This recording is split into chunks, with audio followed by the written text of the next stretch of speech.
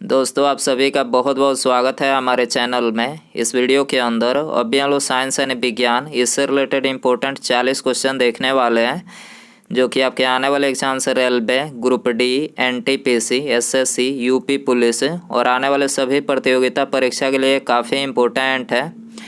तो आप इस वीडियो को बहुत ध्यान से लास्ट तक देखिए और चैनल पर नया है तो चैनल को सब्सक्राइब कर पास में जो घंटी का निशान है उसे भी ऑन कर दें, ठीक है। और ये टोटल 40 क्वेश्चन है, ठीक है। तो आप इन 40 क्वेश्चन में से कितने क्वेश्चन जो है सही कर पाते हैं अपना स्कोर कमेंट बॉक्स में ज़रूर बताएं। तो देखिए शुरू करते हैं। पहला क्वेश्चन है, एक स्वस्थ मनुष्य के शरीर में प्रति 100 मिलीलीटर रक्त में लगभग कितने ग्राम हीमोग्लोबिन पाया जाता है। तो आपको बताना है कि 100 मिलीलीटर रक्त में जो है हीमोग्लोबिन कितने ग्राम पाया जाता है। तो ये पाया जाता है 12 से 16 ग्राम। याद रखना है कितना पाया जाता है, 12 से 16 ग्राम हीमोग्लोबिन पाया जाता है। इसके अलावा यदि हम बात करें कि रक्त में प्लाज्मा का प्रतिशत कितना होता है, तो प्लाज्मा का जो प्रतिशत होता है वो होता है 55 से 60% होता है, ठीक है। और प्लाज्मा का 90% जल, 7% प्रोटीन, 0.9% लवण तथा 0.1% जो है ग्लूकोज पाया जाता है, ठीक है। आपको ये भी बातें याद रखनी है। क्वेश्चन नंबर 2 है, सबसे छोटा जीवाणु बैक्टीरिया की लंबाई कितनी होती है। तो बैक्टीरिया की लंबाई आपको बताना है तो 3 से 5 माइक्रोमीटर, ठीक है। याद रखना है आपको 3 से 5 माइक्रोमीटर जो है बैक्टीरिया की लंबाई होती है। क्वेश्चन नंबर 3 है, जीवमंडल की सबसे छोटी कोशिका माइकोप्लाज्मा की लंबाई कितनी होती है। तो माइकोप्लाज्मा की लंबाई बताना है तो 0.3 माइक्रोमीटर। याद रखना है 0.3 माइक्रोमीटर जो है माइकोप्लाज्मा की सबसे छोटी कोशिका की लंबाई होती है, ठीक है। कौन सी क्रिया गैल्वेनाइजेशन कहलाता है। इन चारों में आपको बताना है कि इनमें से कौन सी क्रिया गैल्वेनाइजेशन कहलाता है।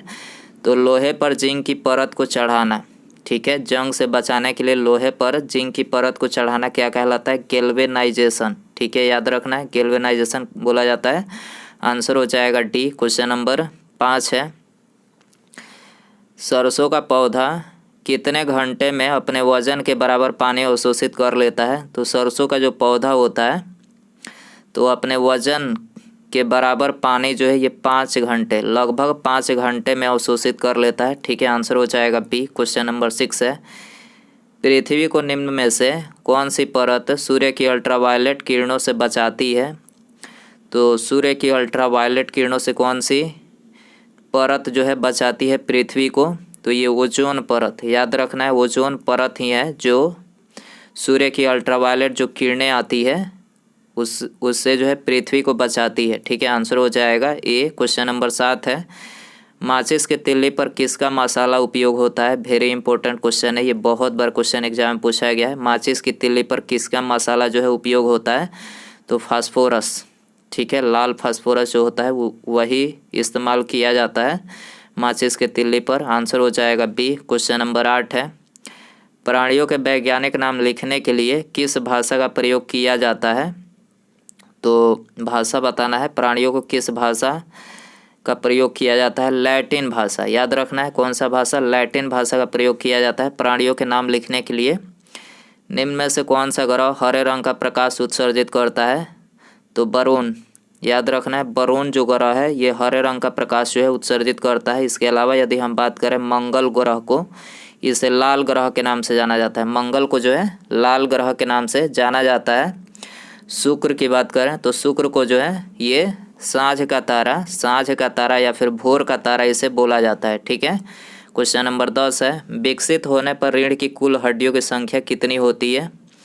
तो विकसित होने पर रीढ़ की जो कुल हड्डियों की संख्या होती है वो 26 होती है। कितनी होती है, 26। याद रखना है आपको, पी आंसर हो जाएगा। कार्निया और लेंस के बीच की दूरी को क्या कहा जाता है। कार्निया और लेंस की जो बीच की दूरी होती है उसको क्या कहा जाता है, एक्वस चैम्बर। क्या बोला जाता है, एक्वस चैम्बर। याद रखना है। क्वेश्चन नंबर 12 है, रुधिर को थक्का बनाने में कौन सी कोशिका सहायक होती है। रुधिर को थक्का बनाने में कौन सी कोशिका सहायक होती है। तो ये प्लेटलेट्स, ठीक है। प्लेटलेट्स जो होता है ये रुधिर को थक्का बनाने में सहायक होता है। इसके अलावा यदि हम बात करें रुधिर को थक्का बनाने में विटामिन कौन सा सहायक होता है, विटामिन के प्रोटीन पूछा जाए कि कौन सा प्रोटीन सहायक होता है, तो प्रोटीन फाइब्रिनोजेन नामक एक प्रोटीन होता है, ठीक है। यही जो है मतलब इसको थक्का बनाने में सहायता करता है। और थक्का बनने में कितना समय लगता है खून को, तो रक्त को जो है 2 से 5 मिनट लगता है थक्का बनने में, ठीक है, याद रखना है। प्रोजेस्टेरॉन हार्मोन का कार्य होता है, प्रोजेस्टेरॉन हार्मोन का कार्य होता है, तो देखिए इसका कार्य होता है, ये तीनों कार्य होता है, ठीक है। गर्भाशय की दीवार में रुधिर की मात्रा बढ़ाना, गर्भाशय को दीवार को मोटा करना, ठीक है, गर्भाशय को दीवार में वसा व ग्लाइकोजन का संचय करना, ठीक है, ये सभी जो है ये इसका कार्य होता है, याद रखना है। रक्तचाप उच्च रक्तचाप मानव शरीर के कौन से अंगों को प्रभावित करता है, तो इन दोनों को प्रभावित करता है, ठीक है, मस्तिष्क और वृक्क, ठीक है, इन दोनों को जो है उच्च रक्तचाप प्रभावित करता है, तो उपर्युक्त दोनों यहाँ पर करेक्ट हो जाएगा। इसके अलावा सामान्य मनुष्य का रक्तचाप पूछा जाए कितना होता है, तो सामान्य मनुष्य का जो रक्तचाप होता है वो होता है 120/80, याद रखना है कितना होता है, 120/80 होता है। अंडाशय के फटने व अंडाणु के निकलने के बाद क्या बनता है, तो ये बनता है कार्पस लुटियम, क्या बनता है, कार्पस लुटियम, ठीक है, आंसर हो जाएगा डी। क्वेश्चन नंबर 16 है, TSH का पूरा नाम क्या है, आपको बताना है TSH का पूरा नाम क्या है। तो देखिए इसका जो पूरा नाम है वो है थायराइड स्टिमुलेटिंग हार्मोन, क्या है, थायराइड स्टिमुलेटिंग हार्मोन जो है TSH का पूरा नाम है, आंसर हो जाएगा डी। क्वेश्चन नंबर 17 है, ऑक्सीटोसिन का स्रावण कहाँ से होता है, ऑक्सीटोसिन का स्रावण कहाँ से होता है, पिट्यूटरी से होता है, ठीक है, कहाँ से होता है, पिट्यूटरी से, सी आंसर हो जाएगा। दोस्तों यदि वीडियो पसंद आ रहा है तो प्लीज़ वीडियो को लाइक ज़रूर कर दें, ठीक है, और दोस्तों में शेयर भी कर दें, ठीक है, यदि कोई आपका दोस्त इन चीज़ों की तैयारी कर रहा है, ठीक है, तो आप उनको भी शेयर कर सकते हैं। और चैनल पर नया है तो चैनल को भी सब्सक्राइब करके बेल आइकन ऑन कर दें, ताकि जब भी मैं वीडियो जो अपलोड करूं उसका नोटिफिकेशन आपको समय से मिल सके, तो इसके लिए चैनल को सब्सक्राइब करना ज़रूरी है। कैल्शियम और फास्फोरस उपापचय का नियंत्रण करने वाला हार्मोन कहाँ से स्रावित होता है, कैल्शियम और फास्फोरस उपापचय का नियंत्रण करने वाला हार्मोन कहाँ से स्रावित होता है, तो ये पैराथायराइड से स्रावित होता है, आंसर हो जाएगा ऑप्शन डी। क्वेश्चन नंबर 19 है, हमारे शरीर में नमक की मात्रा कितनी होती है, बहुत बार ये क्वेश्चन एग्जाम में पूछा गया है, वेरी इंपॉर्टेंट ये क्वेश्चन है, ठीक है, आपको याद रखना है, वेरी इंपॉर्टेंट। तो आप सभी को पता ही होगा 0.4% जो है मानव शरीर में, माने हमारे शरीर में नमक की मात्रा होती है, सी आंसर हो जाएगा। वृद्धि हार्मोन है, वृद्धि हार्मोन बताना है, ठीक है, ग्रोथ हार्मोन जिसे बोला जाता है, तो STH, ठीक है, STH जो है ये वृद्धि हार्मोन है, आंसर हो जाएगा सी। क्वेश्चन नंबर 21 है, यदि किसी सामान्य व्यक्ति को एड्रेनलिन का इंजेक्शन लगा दिया जाए तो उसके हृदय की क्या होगी, गति पहले बढ़ जाएगी तथा बाद में सामान्य हो जाएगी। यदि किसी व्यक्ति को एड्रेनलिन का इंजेक्शन लगा दिया जाए, आपातकालीन ग्रंथि मतलब इसका मतलब इंजेक्शन लगा दिया जाए, तो गति पहले बढ़ जाएगी तथा बाद में सामान्य हो जाएगी, ठीक है, याद रखना है, सी आंसर हो जाएगा। एक गर्भवती स्त्री जिसको बच्चा होने से पहले बहुत दर्द चल रहे हो, उसे बच्चा शीघ्र होने के लिए किस प्रकार का हार्मोन दिया जाए।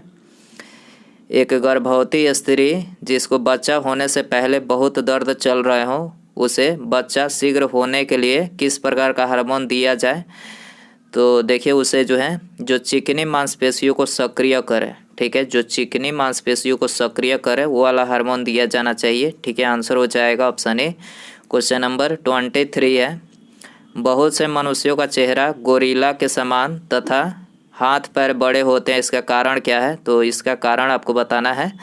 तो देखिए इसका कारण सामान्य कारण है, वृद्धि हार्मोन का परिपक्व अवस्था में पहले ही अधिक स्राव, ठीक है, वृद्धि हार्मोन मतलब समय से मतलब आवश्यकता से अधिक यदि स्रावित होती है तो ऐसा ही होगा, गोरिल्ला के समान चेहरा हो जाएगा और हाथ पैर जो है ज़रूरत से ज़्यादा लंबे हो जाएंगे, ठीक है, तो यही इसका कारण है, आंसर हो जाएगा डी। क्वेश्चन नंबर 24 है, बौनापन किस हार्मोन की कमी के कारण होता है, वेरी इंपॉर्टेंट क्वेश्चन है।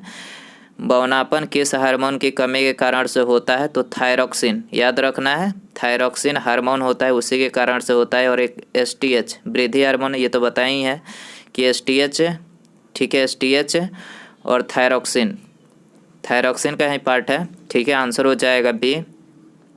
इसी कारण से जो है मनुष्य में बौनापन होता है, आपको याद रखना है। स्त्रियों में अंडोत्सर्जन सामान्यतः होता है, तो अंडोत्सर्जन जो होता है रजो चक्र के बीच में होता है, रजो धर्म चक्र के बीच में जो है अंडोत्सर्जन होता है। आंसर हो जाएगा ऑप्शन सी। क्वेश्चन नंबर 26 है, कभी कभी गाय या भैंस के दूध निकालने से पहले इंजेक्शन लगाया जाता है, वह होता है, तो वह कौन सा इंजेक्शन?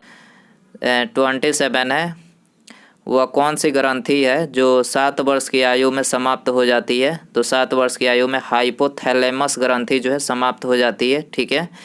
एक दुर्घटना में 4 वर्षीय लड़के की पीयूष का अग्रभाग नष्ट हो गया, परंतु लड़का बच गया, आगे चलकर उसे क्या होने की संभावना है? तो देखिए, पीयूष एक ग्रंथि होता है, उसका अग्रभाग यदि नष्ट हो जाता है तो वृद्धि हार्मोन का स्रावन रुक जाएगा, ठीक है। वृद्धि हार्मोन जो होगा उसका स्रावन रुक जाएगा। तो लड़के में यदि कमी देखा जाए तो लड़के की लंबाई अधिक नहीं होगी, यही इसका कमी है। यदि वृद्धि हार्मोन का स्रावन ही नहीं होगा तो लड़के की लंबाई कैसे बढ़ेगी? तो लड़के की जो लंबाई है ज़्यादा मतलब अधिक नहीं बढ़ पाएगी, ठीक है। तो आंसर हो जाएगा सी। क्वेश्चन नंबर, सीरा में इंजेक्शन द्वारा इंसुलिन की अत्यधिक मात्रा देने से किसी व्यक्ति की मृत्यु का कारण हो सकता है, क्या कारण हो सकता है? तो ये हो सकता है रक्त में ग्लूकोज की मात्रा का अत्यधिक घट जाना, ठीक है। सीरा में इंजेक्शन द्वारा इंसुलिन की अत्यधिक मात्रा देने से किसी व्यक्ति की मृत्यु का क्या कारण हो सकता है? तो रक्त में ग्लूकोज की मात्रा का अत्यधिक घट जाना, ठीक है, इसी कारण से जो है मतलब मृत्यु हो सकती है। तो आंसर हो जाएगा बी। क्वेश्चन नंबर 30 है, निम्नलिखित में से कौन सा कथन सत्य है? सत्य कथन आपको बताना है इसमें। तो देखिए यहाँ पर पहला ही कथन जो है सत्य है, ठीक है। एलएच के प्रभाव से टेस्टोस्टेरोन का उत्पादन लीडिंग कोशिकाओं द्वारा होता है, ठीक है। एलएच के प्रभाव से टेस्टोस्टेरोन का उत्पादन लीडिंग कोशिकाओं द्वारा होता है, तो पहला ही कथन यहाँ पर करेक्ट है, ठीक है। रक्त थक्का बनाने या स्कंदन में किस प्रोटीन की आवश्यकता होती है? रक्त थक्का बनाने या स्कंदन में किस प्रोटीन की आवश्यकता होती है? तो ये फाइब्रिनोजन प्रोटीन की आवश्यकता होती है। वेरी इंपॉर्टेंट क्वेश्चन है, ठीक है। Fibrinogen protein. किसी महिला में मूछ दाढ़ी आने का क्या कारण हो सकता है? तो मूछ दाढ़ी यदि महिला की आ रही हो तो क्या कारण? हार्मोन का गड़बड़ी के कारण, ठीक है। हार्मोन की गड़बड़ी के कारण से मतलब इसी के प्रभाव के कारण से जो है महिला की मूछ दाढ़ी आ जाती है, ठीक है। तो आंसर हो जाएगा सी। क्वेश्चन नंबर 33 है, पीयूष हार्मोन में से किसका स्राव हाइपोथैलेमस के द्वारा नियंत्रित होता है? पीयूष हार्मोन में से किसका स्राव हाइपोथैलेमस के द्वारा नियंत्रित होता है? तो ये होता है ल्यूटिनाइजिंग हार्मोन यानी एलएच, वृद्धि कार्टिकोट्रापिन यानी एसीटीएच और थायरोट्रापिन, ठीक है। इन तीनों हार्मोन मतलब पीयूष हार्मोन में जो है हाइपोथैलेमस के द्वारा होता है इन तीनों का स्राव नियंत्रण, ठीक है। हाइपोथैलेमस के द्वारा मतलब इन तीनों का स्राव जो है ये हाइपोथैलेमस के द्वारा जो है नियंत्रित होता है, याद रखना है। इंसुलिन न बनने का क्या कारण होता है? तो इंसुलिन न बनने का जो कारण होता है वो होता है डायबिटीज मेलिटस, ठीक है। डायबिटीज मेलिटस के कारण से जो है इंसुलिन न बनता है। आंसर हो जाएगा डी। डायबिटीज मेलिटस किसके न बनने के कारण होता है? तो डायबिटीज मेलिटस जो है ये इंसुलिन के न बनने के कारण से होता है, ठीक है। आंसर हो जाएगा बी। क्वेश्चन नंबर 36 है, निम्न में से अंतःस्रावी ग्रंथि प्रतिरक्षा से संबंधित है? कौन से अंतःस्रावी ग्रंथि प्रतिरक्षा से संबंधित है? तो ये संबंधित है थाइमस, ठीक है। थाइमस जो है ये अंतःस्रावी ग्रंथि प्रतिरक्षा से संबंधित है। आंसर हो जाएगा बी। क्वेश्चन नंबर 37 है, जीवन रक्षक हार्मोन किस ग्रंथि द्वारा स्रावित होता है? जीवन रक्षक हार्मोन किस ग्रंथि द्वारा स्रावित होता है? तो एड्रेनालिन, एड्रीनल जो ग्रंथि होती है, एड्रीनल ग्रंथि के द्वारा स्रावित होता है जीवन रक्षक हार्मोन। आंसर हो जाएगा ऑप्शन ए। क्वेश्चन नंबर 38 है, आयोडीन की कमी से होने वाला रोग है, आयोडीन की कमी से गाइटर रोग होता है। ठीक है, याद रखना है कौन सा रोग? गाइटर रोग, घेंघा रोग बोला जाता है उसे, गाइटर रोग होता है। ठीक है, आंसर हो जाएगा सी।